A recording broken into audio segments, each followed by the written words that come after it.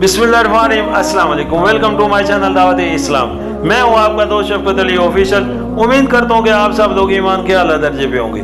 सूरतुल निसा की आयत नंबर 74 का तर्जमा ऐसे लोगों को मालूम हो कि अल्लाह की राह में लड़ना चाहिए उन लोगों को जो आखिरत के बदले दुनिया की जिंदगी को फरोख्त कर दें। फिर जो अल्लाह की राह में लड़ेगा और मारा जाएगा या गालिब रहेगा उसे जरूर हम अजर अजीम अता करेंगे। सूरतुल निसा आयशा नंबर 103।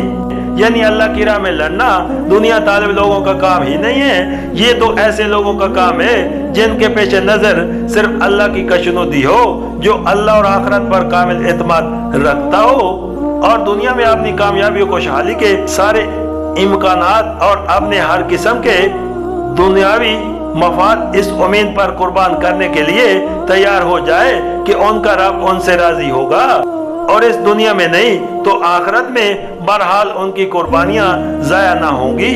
रहे वो लोग जिनकी निगाह में असल अहमियत अपने दुनियावी मफाद ही की हो, तो दर हकीकत ये रास्ता उन लोगों के लिए नहीं है।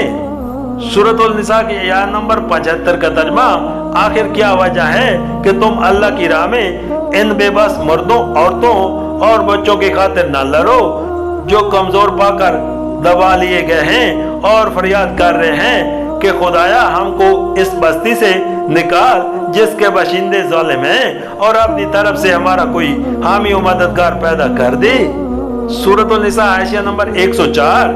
ये इशारा है इन मजलूम बच्चों, औरतों और मर्दों की तरफ जो मक्का में और अरब के दूसरे कबाइल में इस्लाम कबूल कर चुके थे मगर ना हिजरत पर कादिर थे, ना अपने आप को जुल्म से बचा सकते थे।